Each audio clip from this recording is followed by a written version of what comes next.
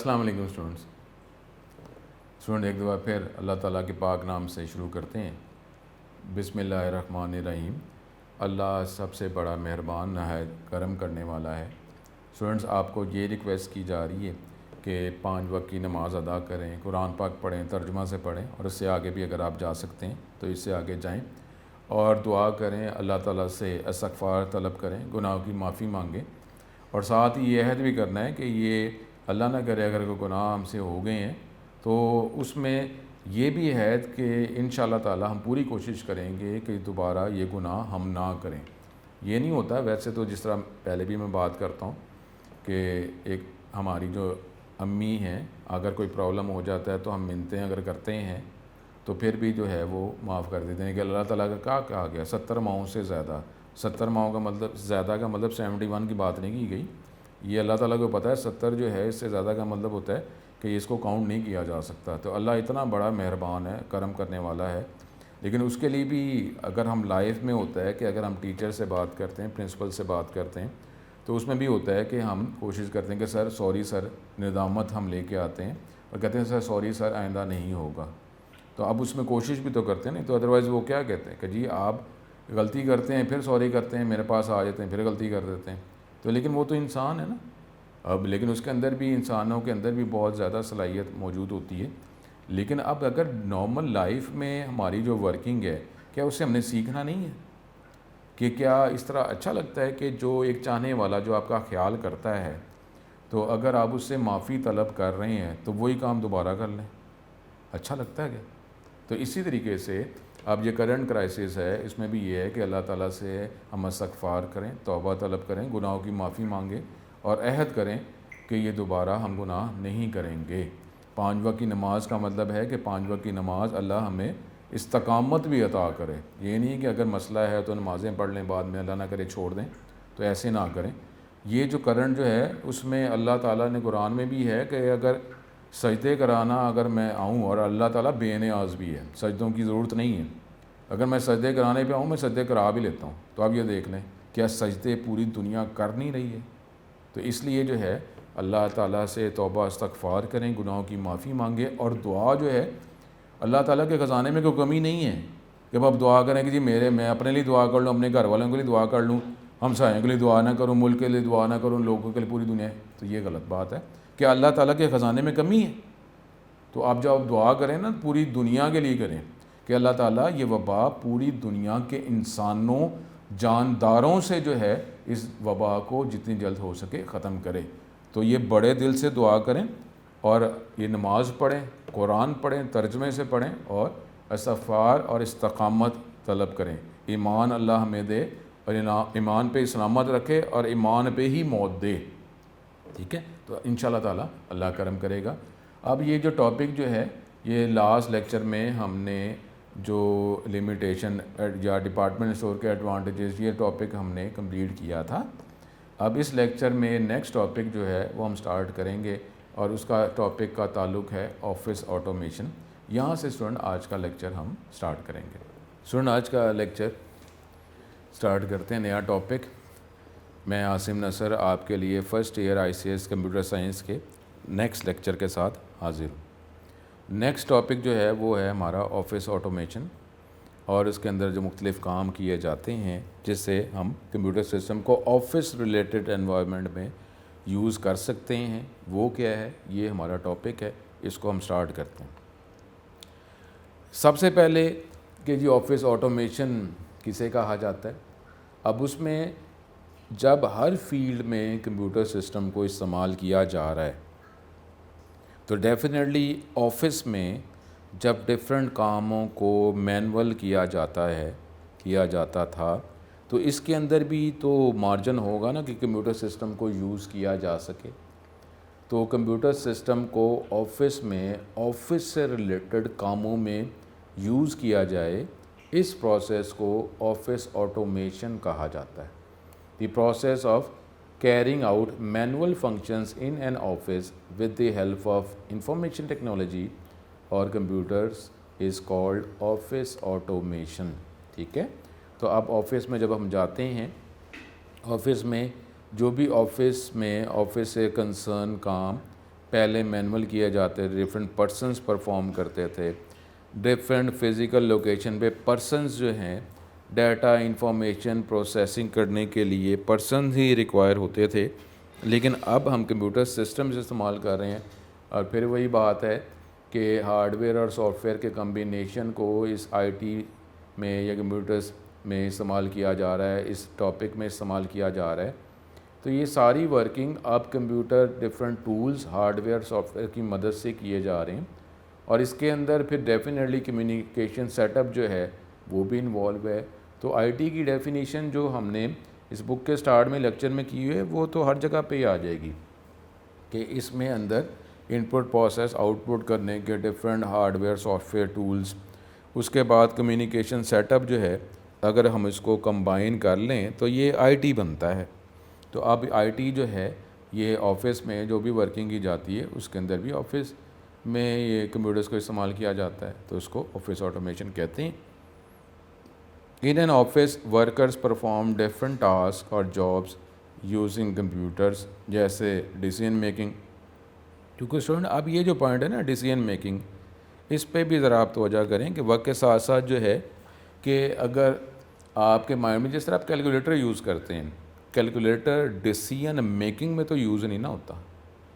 Calculator जो है वो आप डाटा प्रोवाइड करते हैं, उसको कैलकुलेट प्रोसेस करके आपको आंसर देता है, और आंसर जो है वो मज़ीद अपने किसी क्वेश्चन को सॉल्व करने के लिए आप वो आंसर जो है आउटपुट कहीं पेपर पे नोट करते हैं, और स्टेप्स जो आपको स्टेप्स पता होते हैं कि ये स्टेप मैंने करना है, उसमें ये वैल्यू पुट करनी है, तो आप वो सिर्फ प्रोसेसिंग के लिए कैलकुलेशन के लिए ये कैलकुलेटिंग एड है कैलकुलेटर, ये डिसीजन मेकिंग के लिए नहीं है। लेकिन अब जो इस पॉइंट की मैं बात कर रहा हूँ जो डिसीजन मेकिंग, ये अब आप माइंड में रखें कि अब आप जो टॉपिक्स जो पढ़ रहे हैं ना जिसमें अगर आपको नॉलेज थोड़ा मज़ीद दिया जा रहा है, ताकि क्योंकि स्टूडेंट माइंड में मैं बार बार कह रहा हूँ ये रखें कि इससे रिलेटेड क्वेश्चन जो हैं बोर्ड में पूछे जा सकते हैं, और बोर्ड में क्वेश्चन जो हैं चाहे वो लॉन्ग क्वेश्चन ना हो लेकिन शॉर्ट क्वेश्चन के हवाले से एडवांटेजेस डिसएडवांटेजेस लिमिटेशन यूज़ ये शॉर्ट क्वेश्चन आते हैं। तो इसलिए जो है अब जब हम कंपटीशन की बात करते हैं तो हम ये नहीं कहते कि जी ये हम इसको छोड़ दें, क्योंकि हम जो है कंपटीशन में आपको मैक्सिमम मार्क्स ऑब्टेन करने होते हैं, आपकी जो टॉप लिस्टिंग है उसके अंदर अपने आप को इंक्लूड करना होता है। तो अब जब टॉप में इंक्लूड करना है, अबव एवरेज करना है, तो ये नहीं होता कि टॉपिक छोड़ दिया जाए कि जी उसकी अगर विड्थ कम है, लेंथ कम है, उसकी जो इम्पोर्टेंस कम है तो उस हवाले से हम उसको छोड़ते जाएं। छोड़ने वाली बात नहीं होती स्टूडेंट, ये आप इंटर लेवल का नॉलेज आपको प्रोवाइड किया जा रहा है। तो अब ये इंटर लेवल का जो नॉलेज जो है आपने ज़ाहिर है इंटर तक तो अपनी एजुकेशन ख़त्म नहीं कर दी ना, अगली आगे आप हायर एजुकेशन की तरफ जाएंगे। तो इंटर में जिस टॉपिक से रिलेटेड जो इन्फॉर्मेशन आपको प्रोवाइड की जा रही है वो मस्ट ऑब्टेन करनी है आइदर इसी इंटर के बोर्ड के एग्ज़ाम्स के लिए या फ्यूचर किसी डिग्री में इन टॉपिक्स को यूज़ करने के लिए। तो ये जो नॉलेज आपको दिया जा रहा है, ये जो बुक्स नोट्स अवेलेबल हैं, ये आप अगर इसी लाइन में आपने फ़र्दर मूव करना है तो ये आप इस नॉलेज को, इस बुक्स को अपने साथ ही लाइफ में रखें, इसके साथ लिंक ख़त्म नहीं करना। ये बुक्स फेंक नहीं देनी, या नोट जो हैं ये फेंक नहीं देने, या ये लेक्चर जो हैं इसको डिलीट नहीं कर देना, इसको बैकअप में रखना है, क्योंकि ये जो हैं ये आपको इसी बोर्ड के पेपर्स के लिए और फ्यूचर डिग्रीज़ में आपको रिक्वायर होगा। हम जो नॉलेज हमारा कैसे बढ़ता है, नॉलेज यही बढ़ता है ना कि उस टॉपिक जो है उससे रिलेटेड आपको ईच एंड एवरीथिंग पता हो। तो अब जो पता हो तो आप अपनी वो जो लाइब्रेरी है उसको बढ़ाते नहीं हैं।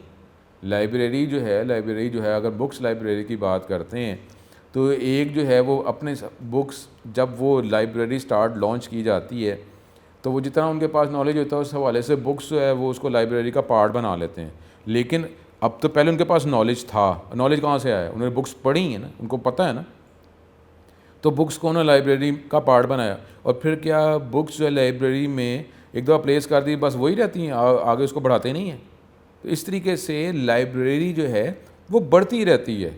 बिल्कुल ही अगर आप कह देंगे ऑब्सलीट ही हो गई है, यूज़ ही नहीं हो रही, लेकिन स्टूडेंट मैं ये बात आपको कंप्यूटर के हवाले से भी बता रहा हूँ कि आर्किटेक्चर जो है, नॉर्मली आर्किटेक्चर ढांचा स्केलेटन जो होता है वो चेंज नहीं होता, वो वही रहता है। उसके अंदर आप उसकी एबिलिटी बढ़ जाती है, सलाहियत बढ़ जाती है। इंसान जो, अगर आप देख लें बायोलॉजिकल इफेक्ट की बात करें तो बायोलॉजिकल इफेक्ट हो रहे हैं, लेकिन इंसान जो है उसकी मेन वर्किंग तो वही है ना जो चलती जा रही है। तो इसलिए जो है अगर आप कंप्यूटर से रिलेटेड हैं तो जो भी आपको ये नोट्स हैं, इंटर लेवल के नोट्स हैं, टेक्स्ट बुक है, नोट्स, यूनिक नोट्स अवेलेबल हैं, या ये लेक्चर जो हैं, इसको आपने हमेशा अपनी लाइफ का पार्ट बनाए ही रखना है।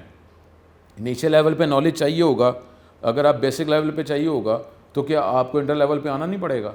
तो इस तरीके से अगर आप इंटर पे बैठे हैं, अगर आपको कोई टॉपिक जो है प्रीवियस आपके पास बुक नोट्स अवेलेबल हैं ऑफ मैट्रिक और प्रीवियस क्लासेस, तो अगर कोई टॉपिक अगर नहीं होता तो क्या आपको किसी ने मना किया हुआ कि मैट्रिक की जो बुक जो है वो पिक नहीं कर सकते? ऐसा नहीं होता सुन।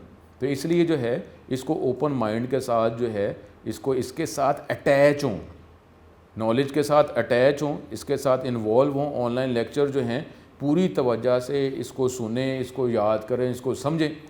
अब आप क्वेश्चन आंसर सेशन जो है उसमें कोई प्रॉब्लम आता है, ठीक है, लेकिन अब ये है कि ये नॉलेज जो है ये क्या, अब आपको मैक्सिमम मार्क्स भी गेट करने हैं, अच्छी यूनिवर्सिटी में भी जाना है, उसके बाद भी ये कहा जाए कि आपको जो है सर बस टू दी पॉइंट एग्जैक्ट जो है वो आपको नॉलेज प्रोवाइड, बेटा ऐसे नहीं होता। हम ये एक्सरसाइज के क्वेश्चंस हमने सॉल्व करने होते हैं, उससे रिलेटेड क्वेश्चंस वो भी हमें सॉल्व करने होते हैं। एक क्वेश्चन अगर कोई आ जाता है बोर्ड में तो उससे रिलेटेड क्वेश्चन जिस जिस टॉपिक में आ सकते हैं उसको भी माइंड में रखना होता है। तो इस तरीके से ये नोट्स जो हैं ये अपडेट होते रहते हैं, ये लेक्चर्स अपडेट होते रहते हैं। ये लेक्चर जो आपको दिए जा रहे हैं और आगे भी फ्यूचर में अगर कोई लेक्चर्स देने पड़ें तो क्या मतलब आप ये समझते हैं कि एज इट इज़ ये लेक्चर्स दे दिए जाएंगे? उसमें अगर जो पेपर्स होते हैं, क्वेश्चंस होते हैं, उसमें अगर कोई क्वेश्चन ऐसा आ जाता है जिसकी ज़्यादा इन्फॉर्मेशन रिक्वायर होती है तो ये लेक्चर्स जो हैं इसको भी अपडेट कर दिया जाता है और ये अपडेट होते ही रहते हैं, ठीक है। तो इस हवाले से लेकिन आप ऑफिस में जो वर्कर जो है वो मुख्तलिफ काम जो करते हैं जैसे डिसीजन मेकिंग, और डिसीजन मेकिंग ये मैं इस पॉइंट को एक्सप्लेन करने के लिए अभी तक आपको कि डिसीजन मेकिंग, अब डिसीजन मेकिंग के लिए भी कंप्यूटर इस्तेमाल हो रहा है, यानी इंटेलिजेंस के लिए, एनालिसिस के लिए भी कंप्यूटर इस्तेमाल किया जा रहा है और ये कंप्यूटर इस्तेमाल होना शुरू हो गया है, जो एनालिसिस करके आपको रिपोर्ट बताता है, आउटपुट बताता है।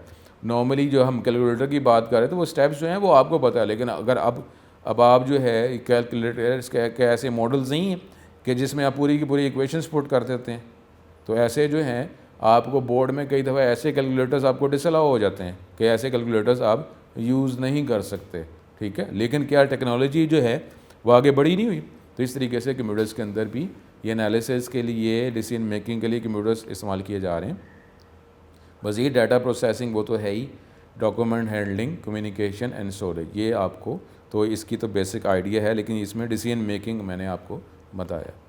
अब डिफरेंट काम जो ऑफिस में किए जाते हैं वो क्या है जी, जो कंप्यूटर का इस्तेमाल, डॉक्यूमेंट मैनेजमेंट सिस्टम, इसमें मुख्तलिफ जो काम के डॉक्यूमेंट्स जो हैं, ये जो हम बात कर रहे हैं डॉक्यूमेंट हैंडलिंग, तो ये डॉक्यूमेंट मैनेजमेंट सिस्टम जिसमें डॉक्यूमेंट को हैंडल किया जाएगा, एक जगह इनपुट प्रोसेस जहाँ जहाँ रिक्वायर है उसको मेंटेन करना, बनाना, शेयर करना। इसके अंदर मुख्तलिफ एक्टिविटीज़ जो हैं वो की जाती हैं डॉक्यूमेंट, वो वर्ड प्रोसेसिंग है, word processing, desktop publishing, spreadsheet applications, reprographic, image processing, storage applications, ये इसमें मुख्तलिफ काम जो डॉक्यूमेंट मैनेजमेंट सिस्टम के टॉपिक के अंदर ही जो अवेलेबल हैं वो ये डिफरेंट एक्टिविटीज़ हैं जो परफॉर्म की जाती हैं। इसको हम एक एक करके अब मज़ीद देखते हैं। सबसे पहले वर्ड प्रोसेसिंग। अब वर्ड प्रोसेसिंग जो है इसको डिटेल में तो हमारा जो चैप्टर है जो फर्स्ट 50% में ही हमने पढ़ना है, उसमें डिस्कस करेंगे, और उसके अंदर भी टॉपिक जो हैं वो आपको थ्योरेटिकल टॉपिक, और क्योंकि वो एक इम्प्लीमेंटेशन टूल है तो इम्प्लीमेंटेशन टूल जो है, देखिए हम क्या अभी बात हम कर नहीं रहे कि क्या कंप्यूटर सिस्टम को इस्तेमाल करने की कोई रिक्वायरमेंट थी ना, कोई हमारा मकसद था, मकसद हम था तो हमने कंप्यूटर सिस्टम को इस्तेमाल किया। क्या हमारा मकसद जो है किसी सिस्टम को यूज़ करने का मकसद जो है वो अवेलेबल हो गया तो मज़ीद आगे उसमें वर्किंग नहीं होती? क्या हमारी रिक्वायरमेंट जो है वक्त के साथ साथ बढ़ती नहीं है?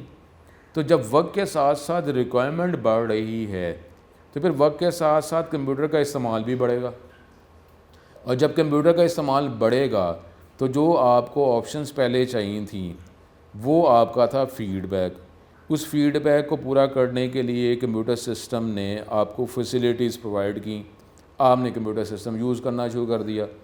फिर आपकी रिक्वायरमेंट बढ़ गई जो पहले नहीं थी, तो उस टाइम जो सॉफ्टवेयर हार्डवेयर अवेलेबल था क्या वो रिक्वायरमेंट पूरी कर रहा था? नहीं, क्योंकि वो तो आपकी प्रीवियस रिक्वायरमेंट को ज़हन में रख के बनाया गया था, तो प्रीवियस रिक्वायरमेंट पूरी कर रहा था। लेकिन अब आपकी रिक्वायरमेंट बढ़ गई है, तो क्या फिर हार्डवेयर सॉफ्टवेयर को भी उस रिक्वायरमेंट जो आपका करंट फीडबैक है उसके वाले से उसको चेंज नहीं करना? क्या वो जो आपकी जो रिक्वायरमेंट थी वो हार्डवेयर सॉफ्टवेयर के अंदर एज ए फीचर प्रोवाइड नहीं करनी? तो क्या फिर ये हार्डवेयर और सॉफ्टवेयर को अपग्रेड नहीं करना पड़ेगा और उन्हीं हार्डवेयर सॉफ्टवेयर को आपकी न्यू रिक्वायरमेंट के हवाले से फिर उसके मुताबिक ही हमें उसको यूटिलाइज़ करना पड़ेगा, वर्किंग करनी पड़ेगी? तो अब ये जो सॉफ्टवेयर टूल्स हैं, क्या सॉफ्टवेयर टूल्स की जो आपको जो फैसिलिटीज़ प्रोवाइड करते हैं क्या हमेशा फिक्स रहते हैं?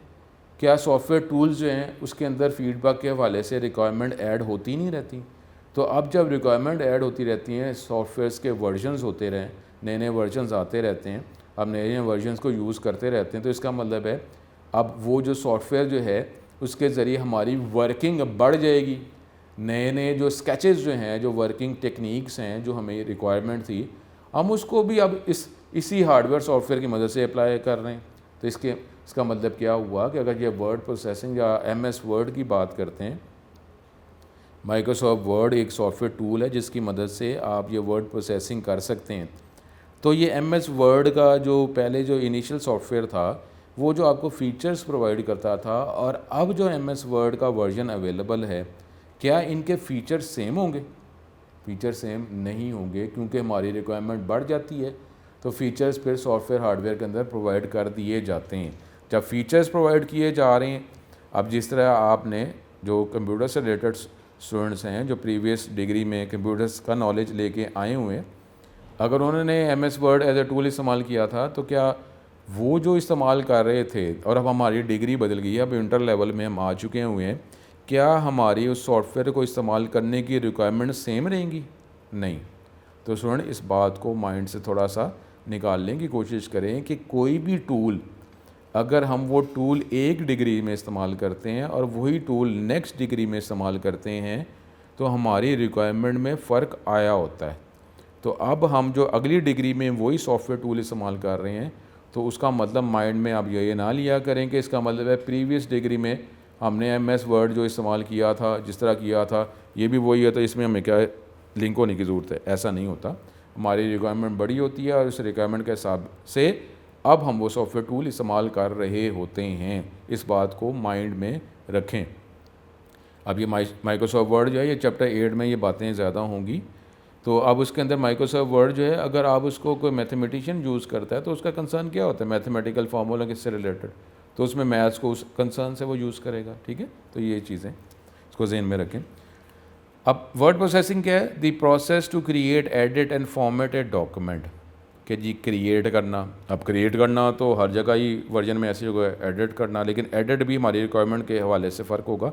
अब ये जो वर्ड है ना फॉर्मेट, ये बदलता जाएगा कि आप फॉर्मेटिंग करना, डिफरेंट टेक्निक्स अप्लाई करना, ये वक्त के साथ साथ बदलती रहती है। ठीक है, तो इस बात को ये अगर आप माइक्रोसॉफ्ट वर्ड जो है, अगर ये इंटर में भी अवेलेबल है और आप पहले भी पढ़ के आए हुए हैं, तो स्टूडेंट ये माइंड में रखें कि first year ICS computer science में बोर्ड में मार्क्स आना, ये कोई ऐसा नहीं कि ये टेक्निकल टॉपिक है, टेक्निकल सब्जेक्ट है जिसमें आप कहें कि जी मार्क्स आ ही नहीं सकते। ये ऐसा सब्जेक्ट है जिसमें अगर आप तवज्जो देते हैं तो आप मैक्सिमम मार्क्स जो हैं फुल मार्क्स के करीब करीब गेट कर सकते हैं।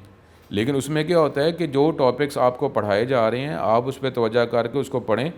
आप ये ना माइंड में लेके आएँ कि ये टॉपिक जो है ये कंसर्न है, नहीं है। टीचर्स को पता है वो, अब ये जो टॉपिक जितने भी हम पढ़ रहे हैं ये टेक्स्ट बुक से रिलेटेड, लेकिन स्टूडेंट माइंड में रख लें कई दफ़ा टेक्स्ट बुक से टॉपिक जो टेक्स्ट बुक में अवेलेबल है, ये जो कहा जाता है कि पेपर टेक्स्ट बुक में से आता है, वो टेक्स्ट बुक में से ही आता है।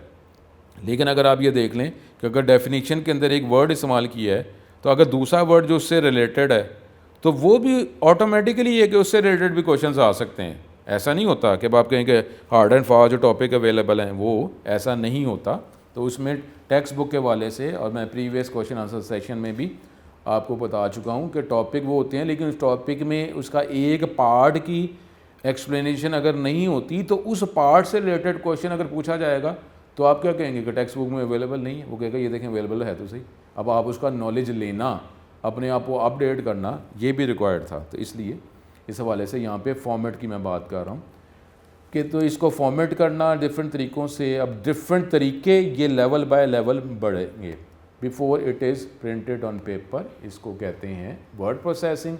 और डेफिनेटली वर्ड प्रोसेसिंग, ये ING जब हम यूज़ करते हैं तो इसका मतलब क्या होता है, इट इज़ ए प्रोसेस, एक ये अमल है, ये मुख्तलिफ स्टेप्स का कम्बिनेशन है। और ये जो अमल जो है किसी न किसी तरीके को अडॉप्ट करके करते हैं। अगर ये तरीका जो है अगर हम सॉफ्टवेयर टूल की मदद से कर रहे हैं तो उसको कहते हैं वर्ड प्रोसेसर। वर्ड प्रोसेसर की मदद से हम वर्ड प्रोसेसिंग कर सकते हैं। उसके बाद हमारे पास डेस्कटॉप पब्लिशिंग। अब स्टूडेंट ये भी बहुत डिटेल टॉपिक है, बहुत डिटेल टॉपिक है अगर हम इसकी डिटेल में चले जाएं, लेकिन कोशिश की जाती है और इस चैप्टर के हवाले से भी कि एडवांटेज डिसएडवांटेज तक, लिमिटेशंस तक हम रहें। उसकी आगे फर्दर टेक्निकलिटी जो है उसकी तरफ हम नहीं जाते, हम ना जा रहे हैं। अब डेस्कटॉप पब्लिशिंग, ये जो आपकी बुक, टेक्स्ट बुक या यूनिक के नोट्स जो अवेलेबल हैं, इसका ताल्लुक पूरा इस टॉपिक से रिलेटेड है। डेस्कटॉप पब्लिशिंग, पब्लिशिंग का मतलब क्या है, किताब को छापना, पब्लिश करना। अब डेस्कटॉप स्टूडेंट जो है ना, आप कोशिश किया करें कि ये टॉपिक जो होता है उसमें जो वर्ड इस्तेमाल किया था तो वर्ड पे भी ज़रा तवज्जो की जाए, बजाय इसके कि आप उसको बिल्कुल ही एज इट इज़ माइंड में बस याद ही रख लें। डेस्कटॉप पब्लिशिंग तो डेस्कटॉप पब्लिशिंग है, लेकिन डेस्कटॉप का मतलब क्या, मेज़ का टॉप जो। अब जब आप वर्किंग करते हैं, आपने अगर नोट्स तैयार करने हैं या आपने पढ़ना है, तो पढ़ने के लिए बेटर तरीका क्या होता है कि आप चेयर पे बैठें। टेबल जो है, टेबल पे आप अपनी बुक्स, पेन, इस तरह की पेपर्स जो आपको रिक्वायर है वो टेबल पे रखेंगे और फिर आप, ये आपका प्रॉपर एक स्टडी मोड होगा। अब आप ये कहेंगे जी बेड पे बैठ के पढ़ रहे हैं, तो ये तो नहीं है ना तरीका। अब देखें बेड पे अगर हम बैठते हैं तो वैसे ही घर वाले भी मना ही कर रहे होते हैं, लेकिन उसमें क्या है, चेयर पे बैठा जाए और फिर डेस्क पर जो बुक्स जो हैं वो रखें प्रॉपर एक तरीके से। और दूसरा, हमारी तवज्जो भी हो कि हम पढ़ रहे हैं। अब बेड का मतलब क्या होता है, बेड का मतलब होता है आराम करना। अब आप आराम करने का जो हार्डवेयर सॉफ्टवेयर जो भी आप ये बेड यूज़ कर रहे हैं, और उसको यूज़ किस लिए कर रहे हैं, पढ़ने के लिए। तो क्या ये बेड जो एनवायरनमेंट है ये पढ़ने के लिए है? ये पढ़ने के लिए नहीं है, वो तो आराम करने के लिए। लेकिन अब आप ये कहें कि जी हम चेयर पे बैठे हैं और चेयर पे बैठे हुए हम सो गए, क्या चेयर पे बैठ के सोते हैं? क्या ये चेयर ऐसा एनवायरनमेंट है कि जिस पे सोया जाए? ये किस लिए होता है, बैठने के लिए। और बैठने के बाद टेबल का मतलब क्या होता है, उसमें आप चीज़ें प्लेस करते हैं और टेबल पे आप पढ़ने के लिए ये टेबल और चेयर को कम्बिनेशन यूज़ करते हैं। ठीक है, तो इसलिए अब यहाँ पे अब डेस्कटॉप पब्लिशिंग यानी क्या मतलब है कि अब आप ये चेयर और टेबल की हम बात कर रहे हैं, उसकी मदद से ये आप पब्लिशिंग कर रहे हैं। अब मतलब क्या हुआ, लेकिन अब क्योंकि इसमें सिर्फ ये है कि आप कंप्यूटर सिस्टम्स को यूज़ करेंगे, उसके डिफरेंट हार्डवेयर सॉफ्टवेयर को। और कंप्यूटर भी जब आप यूज़ करते हैं तो कंप्यूटर भी तो आप किसी फ्लैट सरफेस पे ही रखते हैं ना। अब उसमें भी आप कहेंगे इसको बेड पे रख के, तो टेक्निकली तो बेड पे जो लैपटॉप्स हैं इनको तो रखना भी नहीं चाहिए। ठीक है, क्योंकि वो उसकी जो हीट एग्जॉस्ट करने का प्रॉब्लम होता है। लेकिन ये है कि अगर इसको टेबल पे प्लेस कर रहे हैं, और जो कंप्यूटर जो है, अब कंप्यूटर और मोबाइल, इसमें क्या फ़र्क है, इसके फ़ीचर्स का फ़र्क है ना। कंप्यूटर के अंदर आपको ज़्यादा फ़ीचर्स, ज़्यादा सॉफ्टवेयर, ज़्यादा हार्डवेयर को अटैच करने की फ़ैसिलिटीज़ मिलती हैं as compared with your hand held जो आप टूल्स इस्तेमाल करते हैं। ठीक है, तो अब डेस्कटॉप पब्लिशिंग का मतलब है कि प्रिंट करने के लिए, पब्लिश करने के लिए जो आप हार्डवेयर सॉफ्टवेयर यूज़ करते हैं, तो उन हार्डवेयर सॉफ्टवेयर को यूज़ किया जाए प्रिंटिंग करने के लिए, सेटिंग करने के लिए, फॉर्मेटिंग करने के लिए, तो उस प्रोसेस को डेस्कटॉप पब्लिशिंग कहा जाता है।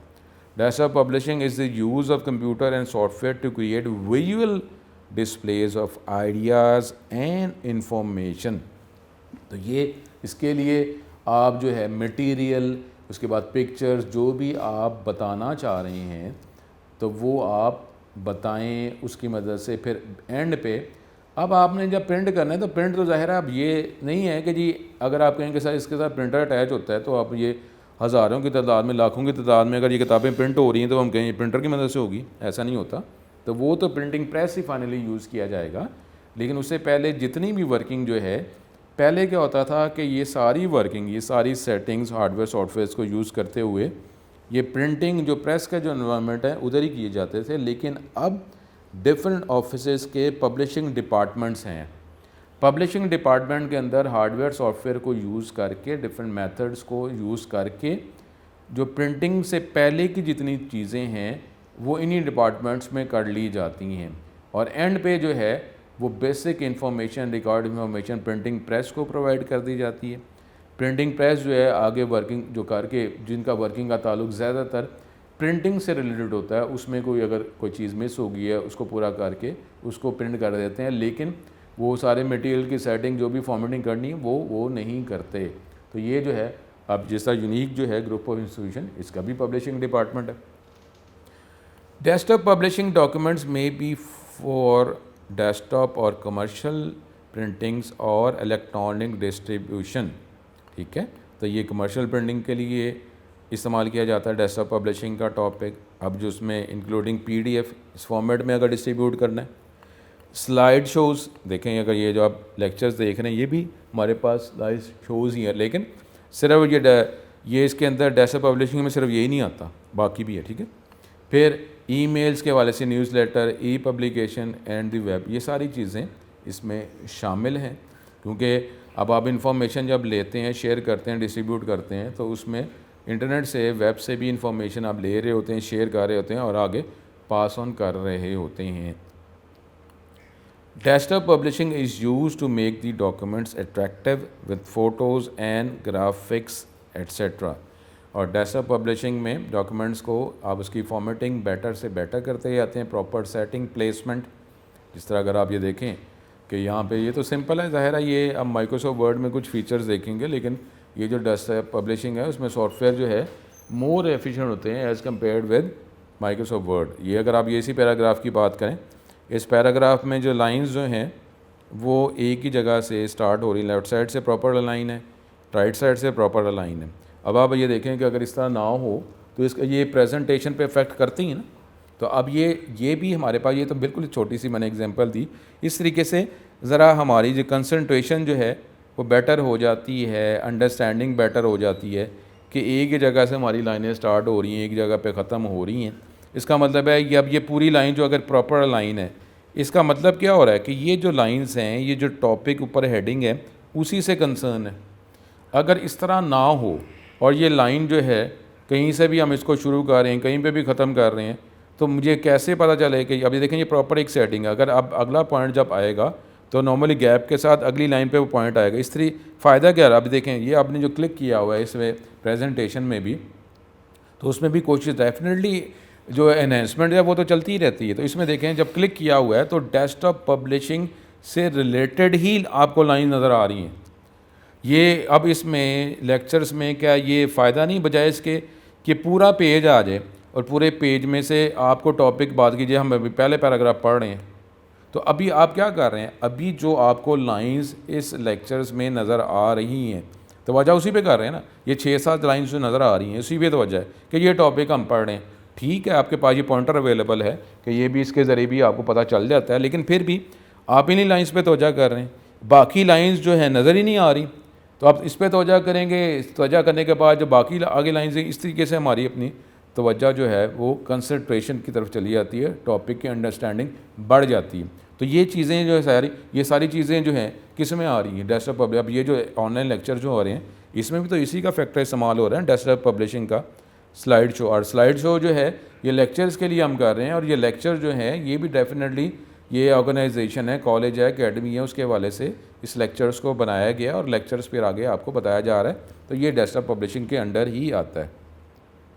और इसमें जो है जहाँ पे टॉपिक में अगर हमें फ़ोटोग्राफ्स रिकॉर्ड होती तो आपको फ़ोटोग्राफ्स भी प्रोवाइड, उसकी भी तो प्रॉपर प्लेसमेंट होती, ठीक है। तो ये फिर इसके बाद इसको प्रिंट करना कि आपको नोट्स की सूरत में, बुक की सूरत में आप तक पहुंच जाए, तो ये इस डेस्कटॉप पब्लिशिंग में कहा जाता है कि ये सारी आप इसकी इन्फॉर्मेशन पास ऑन करें, डाटा को सेट करें, अलाइन करें, फॉर्मेटिंग करें, ये सारी हम बातें जो हमने पढ़ी हैं, और फिर एंड पे जाके प्रिंटिंग प्रेस में जाके इन्फॉर्मेशन उनके साथ कम्युनिकेट की जाए और ये किताब जो है इसको प्रिंटिंग प्रेस में जाके प्रिंट कर दिया जाए। तो ये अब सारे पब्लिशिंग डिपार्टमेंट जो हैं ऑर्गेनाइजेशन ऑफिस के अंदर ही अवेलेबल हैं, उसके अंदर ही सारी वर्किंग कर दी जाती है। उसके बाद आप ये देखें, यही बात देख लें कि अब ये टॉपिक जो है नेक्स्ट वो एक लाइन के गैप के बाद आया है। इसका मतलब है कि अब हम ये जो टॉपिक पढ़ रहे हैं इसका इस जो लाइंस अभी हमने पढ़ी हैं इसके साथ कोई ताल्लुक़ नहीं है, ठीक है। अब ये देखें, अब ये भी क्या है, ये एक प्रॉपर प्रेजेंटेशन नहीं है, प्रॉपर जो है इससे आपकी तवज्जो नहीं हो रही कि अब स्प्रेडशीट जो टॉपिक है अब उसमें ये नॉर्मली ये लाइंस जो हैं अगला पैराग्राफ भी इससे हो सकता है रिलेटेड, लेकिन अभी हम जो बात कर रहे हैं अभी हम इन 4 लाइंस की बात करेंगे, ठीक है। अब स्प्रेडशीट ये तो हम डिटेल में एज ए टूल भी हमने पढ़ना है, जो नेक्स्ट जो सेकंड 50% है उससे कंसर्न हम पढ़ेंगे। अब स्प्रेडशीट प्रोग्राम क्या है, स्प्रेडशीट एक शीट जो है जो फैली हुई है। अब आप जो टेस्ट अटैम्प्ट करते थे और अब जो आप टेस्ट अगर देंगे उसका ज़ाहिर है उसका एनवायरनमेंट, अब जो टेस्ट जो अब आप देंगे उसका ताल्लुक़ किसके साथ होगा, इस आईटी से रिलेटेड। आईटी से रिलेटेड जो टेस्ट बनेंगे, आईटी को यूज़ करते हुए आप टेस्ट देंगे, आईटी को यूज़ करते हुए मार्किंग की जाएगी, प्रोसेसिंग की जाएगी, रिज़ल्ट आपको मिलेगा। पहले क्या था, ये मैनुअल पेपर फॉर्म में, लेकिन अब आईटी से रिलेटेड जो है अब वो वक्त के साथ साथ उसमें इम्प्रूवमेंट आती रहती है, वो आती ही रहेगी, ये तो कभी ख़त्म होना ही नहीं है। तो अब जो है जिस तरीके से आप शीट जो है नॉर्मल पेपर जब आप देते थे तो उसमें शीट्स के ऊपर लाइंस लगी होती थी। अब लाइंस जो हैं वो हमारे पास जो है हॉरिजेंटल लाइन यानी लेफ़्ट से राइट की तरफ लाइंस लगी होती थी। तो ये लाइंस उसमें लगी होती थी। अगर आपने टेबल बनाना होता था तो ऊपर से नीचे वर्टिकल लाइन बनाते थे, तो ये अब हॉरिजेंटल और वर्टिकल लाइन का कॉम्बिनेशन बन जाता था। तो उसको हम फिर उसके अंदर जब हॉरिजेंटल और वर्टिकल लाइन का कॉम्बिनेशन बनता है तो वो क्या बन जाता है, टेबल। अब टेबल जो है, टेबल के अंदर कभी हमने एप्लीकेशन लिखी है, टेबल के अंदर एप्लीकेशन तो नहीं लिखते ना। एप्लीकेशन लिखने के लिए ये जो लेफ़्ट से राइट हॉरिजेंटल लाइंस हैं उसी को यूज़ करके हम एप्लीकेशन लेटर ऐसे क्वेश्चन का आंसर लिखते हैं। लेकिन जब वर्टिकल लाइन लगाते हैं टेबल बन जाता है। तो टेबल जो है हमारे पास डिफरेंट न्यूमेरिकल डाटा और फिर ज़्यादातर न्यूमेरिकल डाटा और उसमें उसकी कैलकुलेशन और उसको प्लेसमेंट करने के लिए ये हम टेबल फॉर्म का स्केच यूज़ करते हैं। तो अब ये स्प्रेडशीट क्या है कि जिस तरीके से अब आपका ये टेबल बन गया, लेकिन आप जो टेस्ट अटैम्प्ट किया था उसमें जो शीट होती थी, जो हॉरिजेंटल लाइन होती थी, आप उसमें वर्टिकल लाइन भी लगा लेते थे, लेकिन वही शीट की जो चौड़ाई और हाइट, जिसमें अगर आप कहें कि कितनी लाइन उसमें लगी होती थी, हॉरिजेंटल लाइन लेफ़्ट से राइट 25 लाइन 30 लाइन, और अगर वर्टिकल लाइंस आप बनाते थे तो वर्टिकल लाइन कम थोड़ी थोड़ी बनाना, हॉरिजेंटल लाइन थोड़े फासले में बनाना, ये मकसद नहीं होता। हमने उसमें डाटा इन्फॉर्मेशन भी लिखनी होती है, ये नहीं कि बहुत ही छोटे छोटे कर लें सर इतनी बन जाती हैं। तो उसमें होता है कि उसमें डाटा भी लिखना है। तो अगर हॉरिजेंटल और वर्टिकल लाइंस की बात करें तो हॉरिजेंटल लाइन लेफ़्ट से राइट 25-30 लाइंस, वर्टिकल लाइंस करेंगे चलें जी 25-30 लाइन ही कर लेते हैं वर्टिकल लाइंस। तो ये अगर हमारे पास ये क्या बन जाएगा, रो और कॉलम, 30 रोज़ 30 कॉलम। लेकिन अगर हमारे पास शीट हो कि जिसमें अगर हम कहें 200 या 200 से ज़्यादा कॉलम्स की बात करें, वर्टिकल लाइंस, हॉरिजॉन्टल लाइंस की बात करें तो अगर हम कहें जी 65,000 या उससे ज़्यादा भी, तो अब जो है उसका नाम अगर शीट की बजाय स्प्रेडशीट कर लें तो ये बेहतर रहेगा। एक शीट जो है जो फैली हुई है, मतलब ये है कि उसमें शीट जो है जिसमें हॉरिजॉन्टल और वर्टिकल लाइंस हैं उसकी कैपेसिटी जो है नॉर्मल शीट से ज़्यादा है, तो इसलिए ये नाम उसका रखा गया स्प्रेडशीट। ये आप जो नेक्स्ट सेकंड 50% में ये इसकी थ्योरी भी देखेंगे और इसकी वर्किंग भी एज ए टूल हम देखेंगे। ये हमने स्प्रेडशीट प्रोग्राम, स्प्रेडशीट समझा। अब स्प्रेडशीट प्रोग्राम क्या होगा, एक ऐसा सॉफ्टवेयर जो वर्टिकल और हॉरिजॉन्टल लाइंस का कम्बिनेशन होगा, टेबल फॉर्म में डाटा होगा। तो अब उसमें टेबल फॉर्म में अगर आपको स्केच दिया जा रहा है तो उसमें कोई लेटर एप्लीकेशन तो नहीं लिखेंगे ना। तो ये एनवायरनमेंट जो है ये tool for entering, calculating, manipulating and analysing sets of numbers. ज़्यादातर इसमें नंबर फॉर्म में ही डाटा जो है उसको एंटर किया जाता है, कैलकुलेट मैनिपुलेट किया जाता है, एनालाइज किया जाता है और आपको आंसर ये सॉफ्टवेयर जो है टूल प्रोवाइड करता है। It can save large amount of data arrange in rows and column just like a table for managing revenues, expenses, profits etcetera. MS Excel is an example of spreadsheet program. ये spreadsheet program की ये example है। तो ये जो है ये spreadsheet software जो है, तो ये स्प्रेडशीट एप्लीकेशन जो है ये हमने टॉपिक देखा। उसके बाद जो है हमारे पास ये रीप्रोग्राफी की हम बात करते हैं। री का मतलब क्या होता है? दोबारा। ग्राफिक्स जो है उसको प्रोड्यूस करना दोबारा। स्टूडेंट अगर आप ये देखें ये तो इस तरीके से अगर लफ्ज़ पे हमने तवज्जो कर ली तो हमें इसका मतलब समझ आ गई ना। तो इस तरीके से अगर आप कोई भी टॉपिक ऐसे पढ़ते हैं तो कोई प्रॉब्लम नहीं होगा। ये जो हम पढ़ रहे हैं, इंटर पढ़ रहे हैं, ICS पढ़ रहे हैं, तो उसमें कोई ज़बरदस्ती वाली बात तो नहीं है ना। तो अब आपने ICS जब कर रहे हैं और आपने डिसाइड कर लिया, एनालिसिस करके डिसाइड कर लिया, तो इसमें इन्वॉल्व होना है कि नहीं होना। तो इसलिए मैं बार बार कह रहा हूँ first year ICS computer science में नंबर ना आने की वजह सिर्फ एक है कि ओवर कॉन्फिडेंस, कि जी हमें तो आता ही आता है। स्टूडेंट किसी भी लेवल पे आपको टॉपिक पे, पढ़ाई पे तवज्जो करनी ही पड़ती है। ऐसे नहीं होता कि ये मैं रीड करूँ। स्टूडेंट बराए मेहरबानी मेरी इस बात पे तवज्जो करें, इंटर है, बैचलर है, मास्टर है, MPhil है, PhD है, किसी भी लेवल पर आप जो भी टॉपिक पढ़ते हैं उसकी कुछ मेन बातें जो हैं उसको अपने माइंड में रखना ही पड़ता है। ऐसे नहीं होता कि आप कहें कि जी अब हम सब मैट्रिक सेंटर में आ गए, मेरी राइटिंग एबिलिटी बहुत बढ़ गई है, मुझे बस टॉपिक की अंडरस्टैंडिंग हो, बाकी मैं खुद ही लिख लूँगा। ऐसे नहीं होता। या अगर हम बैचलर में चले जाएँ, मास्टर MPhil में भी, PhD में चले वहाँ के जी मैं तो बड़ा MPhil लेवल PhD लेवल पर चला गया हूँ, तो अब तो मैं तो कुछ भी बस मुझे बेसिक अंडरस्टैंड मैं लिख लूँगा। तो स्टूडेंट उसका लेवल भी इंक्रीज़ हुआ होता है, आपकी रिक्वायरमेंट जो है, जो आपसे डिमांड की जाती है पेपर में, वो भी बढ़ गई होती है। तो हर लेवल पे बेसिक अंडरस्टैंडिंग, बेसिक नॉलेज लेना ही पड़ता है। उसके बाद आपको कुछ बातें ऐसी होती हैं जो फिक्स एज इट इज़ लिखनी होती हैं। उसके बाद आप एक्सपेंडेबिलिटी की तरफ जा रहे हैं, ठीक है, आपने एक्सप्लेन करना है तो आपके अपने वर्ड्स हैं, लेकिन अब ये कहना है कि जी ये इस तरह ऐसा नहीं होता, ये खुद से हम लिख देंगे। स्टूडेंट ऐसा नहीं होता। आपको किसी भी लेवल पे आपको कुछ बेसिक बातें जो है उसको माइंड में रखना ही पड़ता है। अब रीप्रोग्राफिक क्या है जी? Duplicating printing materials using different kinds of printing presses and high speed copiers, के डिफरेंट प्रिंटिंग प्रेस आप यूज़ कर रहे हैं या डिफरेंट हार्डवेयर सॉफ्टवेयर आप यूज़ कर रहे हैं जिसकी मदद से आप इसको दोबारा प्रिंट कर सकते हैं। It is a method of making multiple copies of documents. तो ये यहाँ पर अपना जो है इसको हम आज का लेक्चर को वाइंड अप करते हैं। आज जो है देखें हमने ऑफिस ऑटोमेशन और ऑफिस ऑटोमेशन के अंदर जो डिफरेंट वर्किंग जो है वो हमने डेस्कटॉप पब्लिशिंग के हवाले से और ये मुदीस स्प्रेडशीट एप्लीकेशन रीप्रोग्राफिक ये हमने देखा था। और जिस तरीके से हर टॉपिक जो है जो इस चैप्टर 4 में हम कर रहे हैं उसकी हम बेसिक अंडरस्टैंडिंग लेते हैं। उसके बाद जो है एक टॉपिक पे हम तवज्जो करते हैं और वो है जी एडवांटेजेस, डिसएडवांटेजेस, ड्रॉबैक्स और लिमिटेशंस।